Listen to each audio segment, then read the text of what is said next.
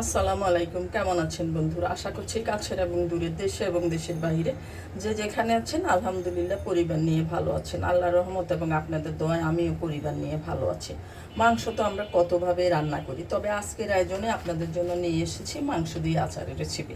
তাহলে চলুন দেখে নিই কীভাবে মাংসের আচার বা আচারি মাংস তৈরি করব। বিসমিল্লাহ বলে শুরু করছি। এখানে আমি 500 গ্রাম গরুর মাংস নিয়েছি। মাংসের টুকরাগুলি আমি এভাবে ছোট ছোট করে কেটে নিয়েছি। এভাবে কাটার কারণ হচ্ছে আজকে আমি মাংসের আচার দেখাবো, যাতে মাংসটা তাড়াতাড়ি সিদ্ধ হয়ে যায়, সেজন্য আমি ছোট টুকরো করে কেটে নিয়েছি। মাংসটাকে ভালোভাবে ধুয়ে নিয়েছি। এখন আমি দিয়ে দিচ্ছি হাফ টেবিল চামচ আদা বাটা, হাফ টেবিল চামচ রসুন বাটা, হাফ চা চামচ সরিষা গুঁড়া,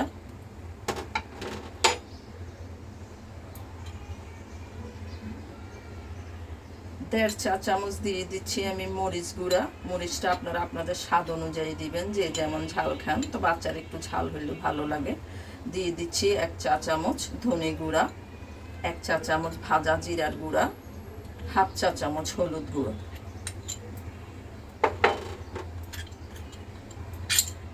দিয়ে দিচ্ছি স্বাদ মতো লবণ,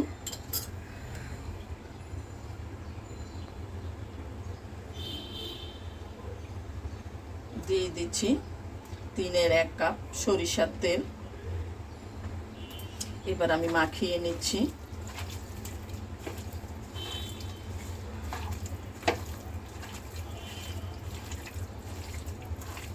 আর এই আচারটা সরিষার তেল দিয়ে করবেন, এটা সবাই জানেন, আচার সরিষার তেল দিয়ে করতে হয়।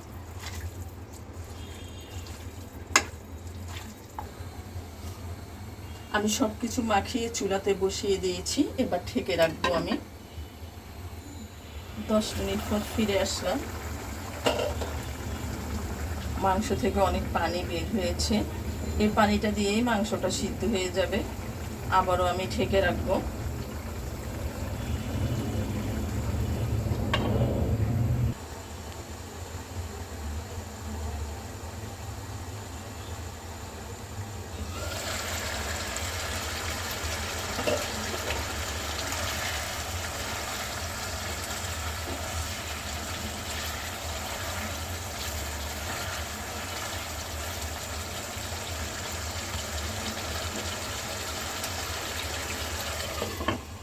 বিশ মিনিট পর ফিরে আসলাম।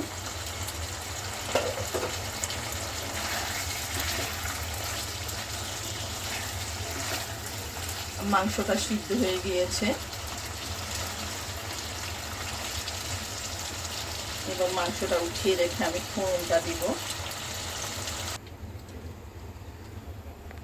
এখানে আমি 1.25 কাপ তেল দিয়েছি। দিয়ে দিচ্ছি গরম মশলা, তেজপাতা, দারচিনি, লবঙ্গ, এলাচ।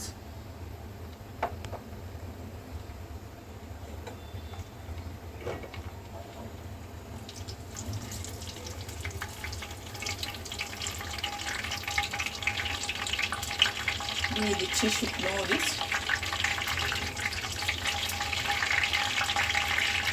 আর এখানে 7টা রসুনের কোয়া নিয়েছি, মাঝখান দিয়ে কেটে নিয়েছি।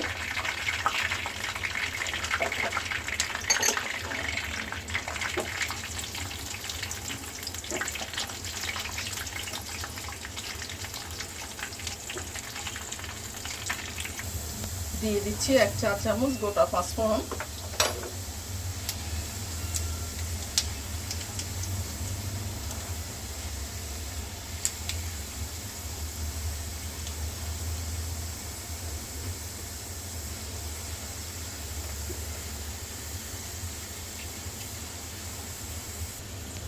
এবার ফোড়নটা আমি মাংসে দিয়ে দিচ্ছি।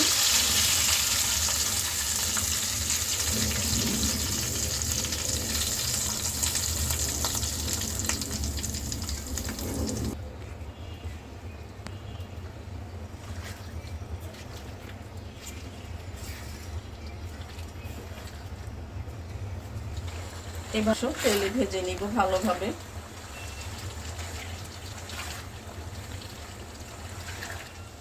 আমার মাংসের আচার একদম রেডি হয়ে গিয়েছে। মাংসটা ভাজা ভাজা হয়ে গিয়েছে। আর তেলের ভিতরে মাংসটা দেখেন ডুবে আছে। তেলটা এইভাবে দিতে হবে। তাহলে আপনার এই আচারটা 5-6 মাস থাকবে। চুলাটা অফ করে দিচ্ছি। এখন আমি পাত্রে ঢেলে নিচ্ছি।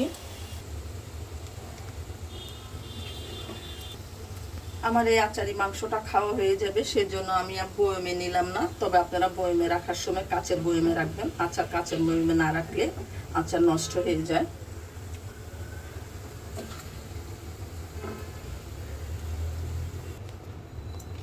এই আচারটা খেতে অত্যন্ত মজাদার হয়। আর আপনারা এই আচারটা কেউ যদি বাইরে কোনো মাংস পাঠাতে চান, এভাবে আচার বানিয়ে মাংস পাঠাতে পারেন।